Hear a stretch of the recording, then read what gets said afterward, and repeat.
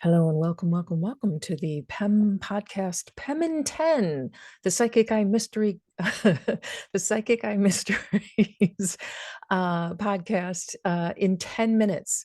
Don't hold us to that, but we're going to Right. try. We're going to try, depending on how much chatter we have.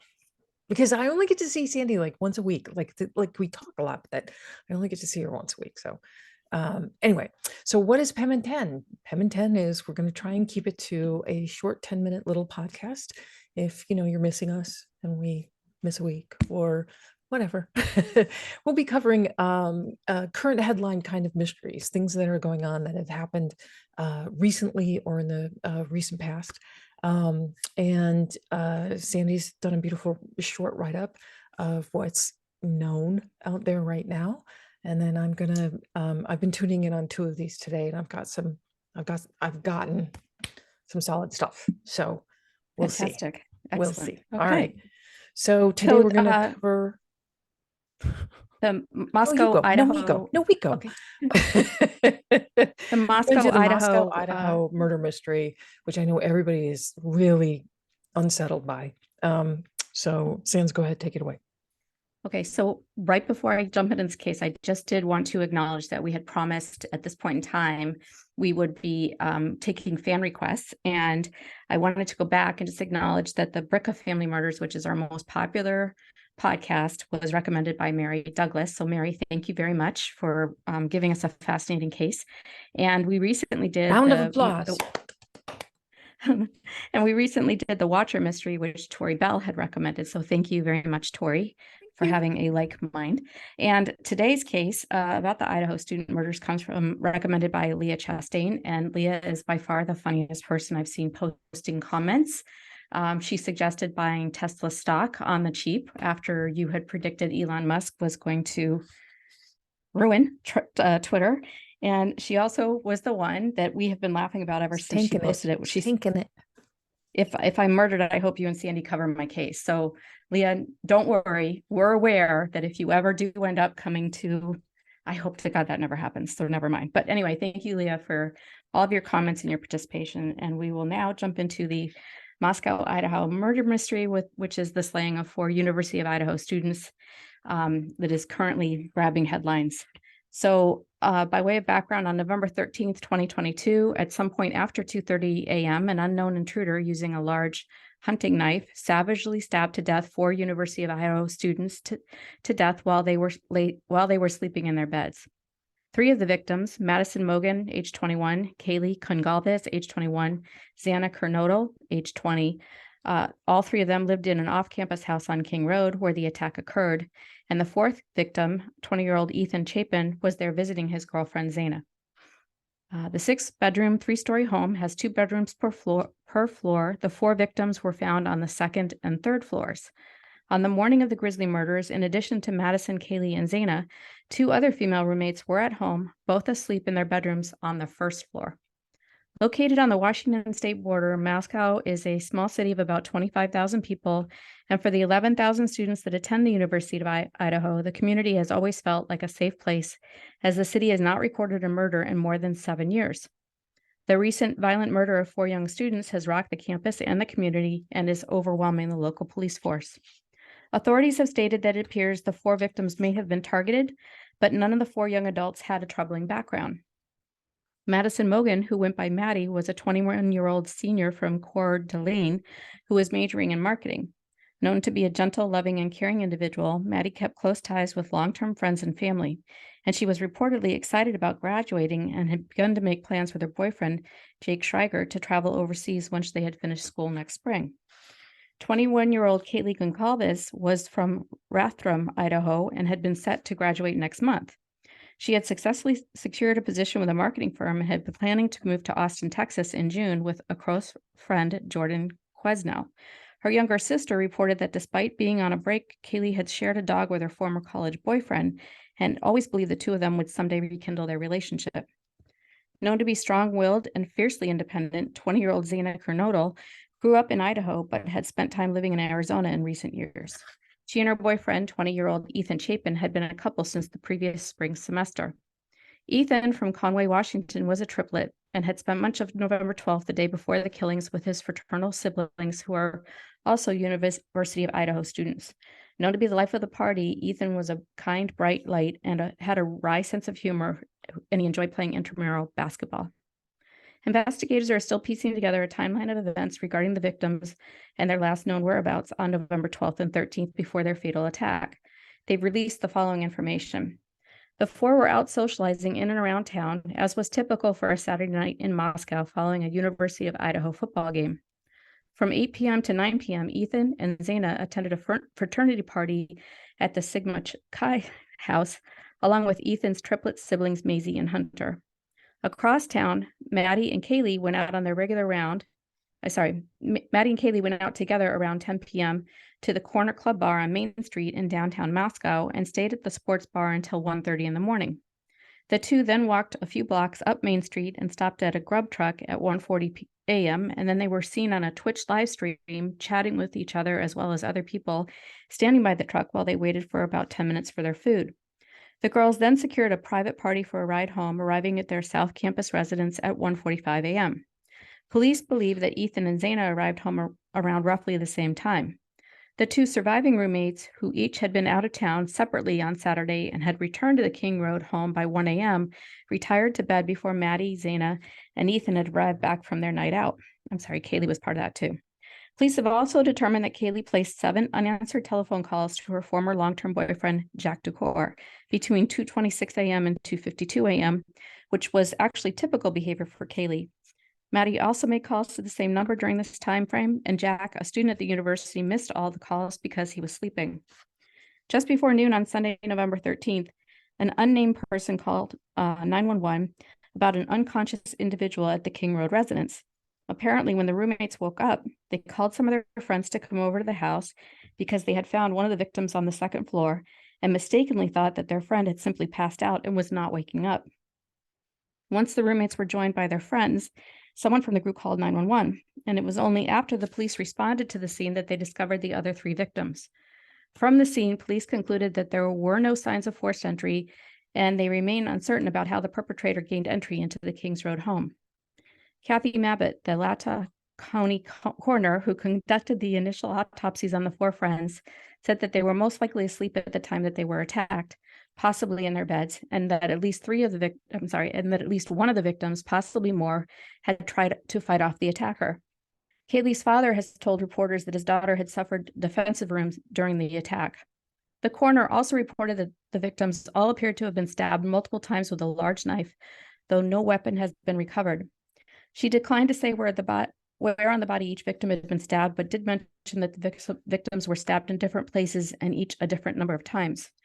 Fortunately, none of the victims showed sign of sexual assault, and authorities are still waiting for toxicology reports to be completed, and DNA samples taken from the scene are being processed. Final autopsy results won't be available for another 4 to 6 weeks. Police have yet to make an arrest, but have ruled out the friends and roommates connected to the scene as suspects. They also cleared Kaylee's boyfriend, the people Maddie and Kaylee encountered at the food truck, and the private party driver. 1 week following the murders, police have fielded 646 tips and have conducted more than 90 interviews so far. They are also looking at cell phone tower data and social media information to try and determine who was in the immediate area at the time of the killings, and have contacted local businesses to determine if anyone had recently purchased a fixed blade knife.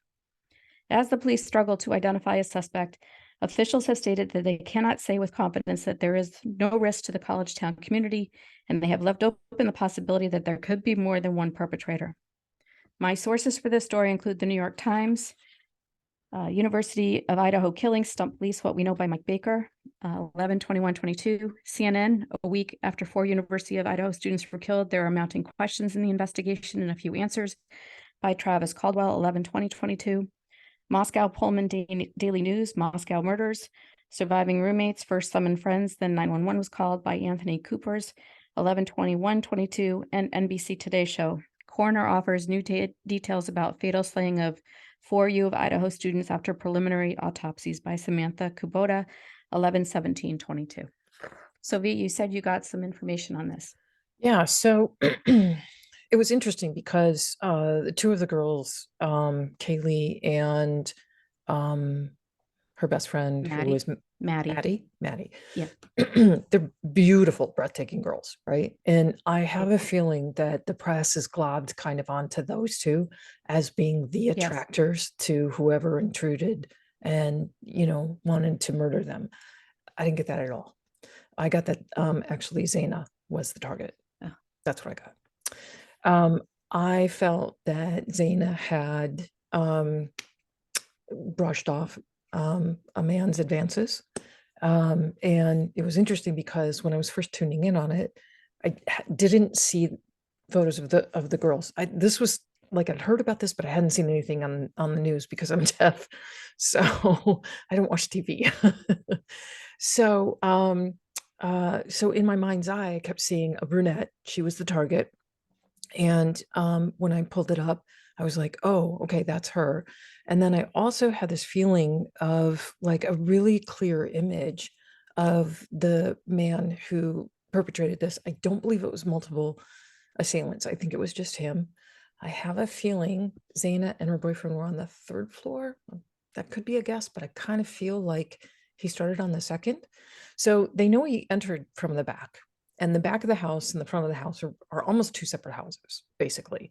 They do link, but one is sort of lower. One level is the first floor is lower, the front of the house is lower.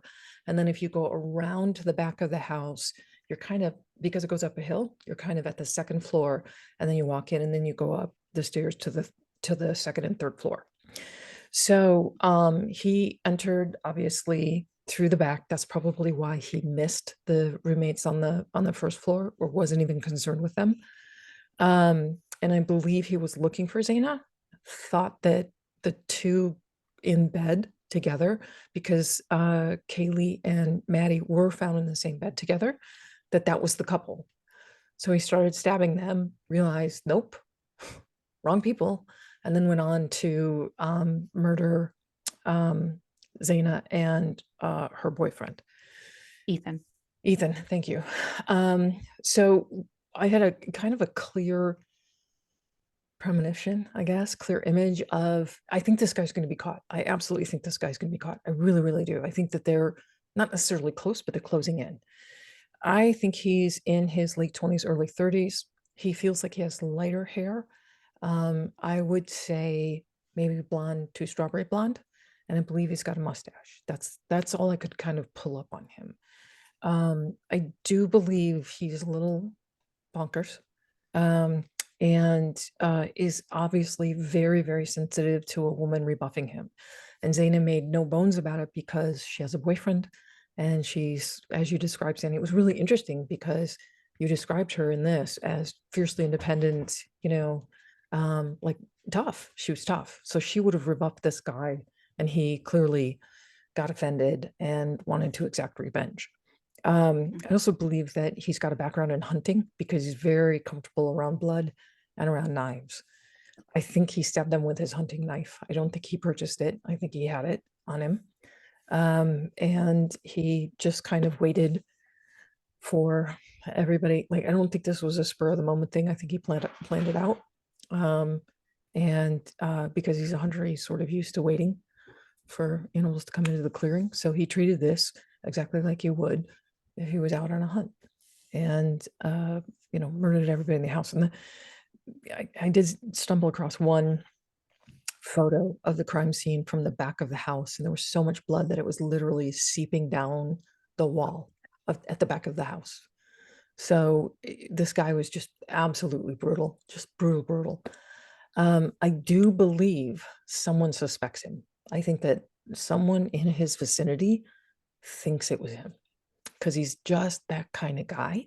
We've been around people like that where they're just, they talk a lot, but, you're kind of like, oh, he creeps me out. I think someone knows. It might even be someone in his family knows or suspects. And I think that coupled with the evidence that they're still sifting through and sorting through will pinpoint to him. So it's my belief that he'll be found out. Do you think he's a student at the university? No. But he lives in the area. Yeah. Or he was passing through on his way to go hunting, because that's prime deer season. Yeah. So, you know, if he'd Okay. brought in his gun, everybody would have heard the gunshots. So he resorted to his hunting knife. And yeah, I think it was, I don't think it was multiple assailants. I just think it was him. And he just went in. Like I had, when you first were talking about this, the vision I had was a scene out of Scream. I think Scream Yeah. 4, 5, 10, whatever it is, the final sequel. I was coming back from Hawaii and that was on. I don't know why they were showing it, but it was on the TV. And I'd never seen a Scream anything before. You know, you see kind of like the commercials for it back in the day. And I'm not a horror fan at all. I can't handle it. I know you are either. Yeah. And yet we And do this, and we do this. This is what we do. I know exactly. Right? Like I can't handle a horror movie, but this is fine. This is fine. Real life is fine. But the scene that I had was the scene that I saw in coming back from Hawaii on the flight was the attacker in the mask, you know, in the black cape, just tackling this poor woman who was trying to save her son, who was inside. And you know, just like it was so violent, it was so disturbing. So I was like, that's off. I will try Eye and mask sleep. down. Yeah, exactly. Oh yeah, it was so creepy. So that was kind of what came to my mind was the violence of it. He just went apeshit crazy. So it's just unfortunate. I don't really understand the finding the roommate in the hallway. I think that is not true. I have a feeling that a door was locked and they couldn't get the person to open it up. And they thought that they had passed out or something. I don't know. There's so much blood at that scene. Yeah. There's no It way really you could doesn't make a miss. lot of sense. It really Yeah, doesn't make a lot of sense that yeah, someone would be open, right? yeah, And visible that way and yeah, not freak people out right away. yeah, But that hasn't sat well with me either in terms of yeah. what I has don't been think that was released as it. I far as think that they information. were locked in the bedroom and they couldn't wake them up. That's why I think they That makes called more sense. friends. Yeah, because it was just, you know, if it's so much blood that it's literally leaking out the outside wall, yeah, that's bad. And it wasn't a little bit of blood. It wasn't like it But was, it then was a lot of blood, a lot of blood. a lot of But blood. then the perpetrator should have left some kind of a trail, right, from the Exactly. house. Exactly. Yeah. Yeah. So um that's why I'm like, yeah, it doesn't quite make sense. Something's off about that. And I just honestly, I don't think that it's off suspiciously. I think it's just off how it's been reported. And that the police don't want to clarify because that would be describing the crime scene and they want to Yeah. preserve that um, for the investigation going Well, forward. it's interesting, and I mean no disrespect when I share this, but Kaylee's father has been very vocal about the fact that he thinks it was his daughter that was targeted and doesn't want to hold a memorial for his daughter because he's worried that the perpetrator will show up and take joy in seeing all the pain that he's caused. That's so So, understandable. And his yeah, daughter was breathtaking. yeah, You can see how she would have attracted attention. yeah, And her best friend was equally just, I mean, breathtaking. These girls were so beautiful. yeah. But I immediately felt like, no, it was the brunette. It was the brunette that Interesting. triggered him. Has this Because guy, if you think sorry, about it, okay, if you think about it, right? He wants revenge. Say it's the two blondes. Why is he going to wait and risk being discovered when he could just grab them, right? When they were outside the house. You have two girls versus a man and a girl, right? yeah, So you can you can snuff them out quickly and cleanly in the backyard. But he waited until everybody fell asleep, went into a house with at least 4 occupants, and sought out his victim. It's much easier, much safer if he just takes care of them on the way home or waits for another opportunity because these two were inseparable. That's why I don't think it was them. I really don't. I really think it was Zaina. I think Zaina rebuffed someone's advances, not anybody that she knew. I just think that she was like,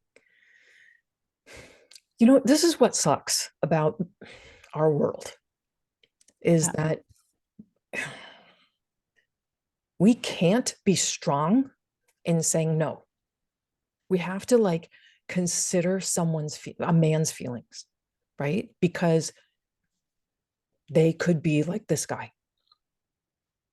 That's what really upsets me, is that I do feel she told him definitively no, and he felt rejected. Okay, this is the world we've created. Men aren't, they don't like being rejected. Grow up.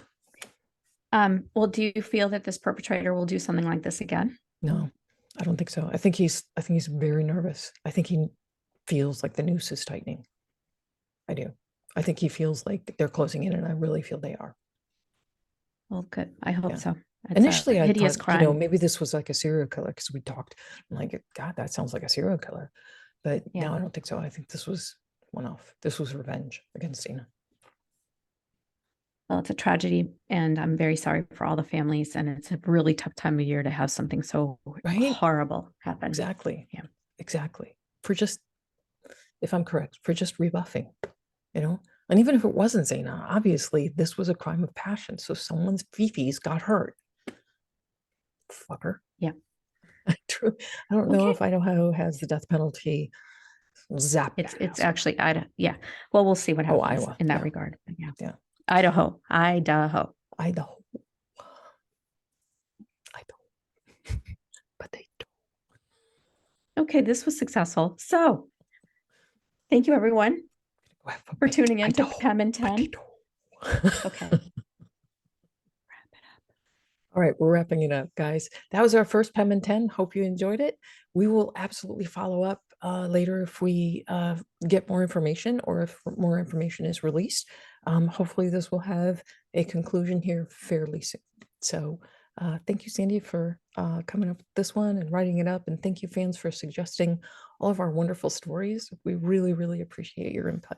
So if you want to know more about me, I almost said us, but you weren't not going to find anything on any website about my sister, because she likes to be like this. Please visit victorialori.com. If you'd like to schedule a session with me, please visit victorialori.com, book a psychic appointment. If you are interested in getting my predictions every 6 months, please sign up for the newsletter. I just sent out another batch, and I gave myself a report card on, what I'd been right on the last one. And like, I was running on a lot, which was cool. So that's it. All right, Sans, we'll do this again soon. All right, bye, everybody.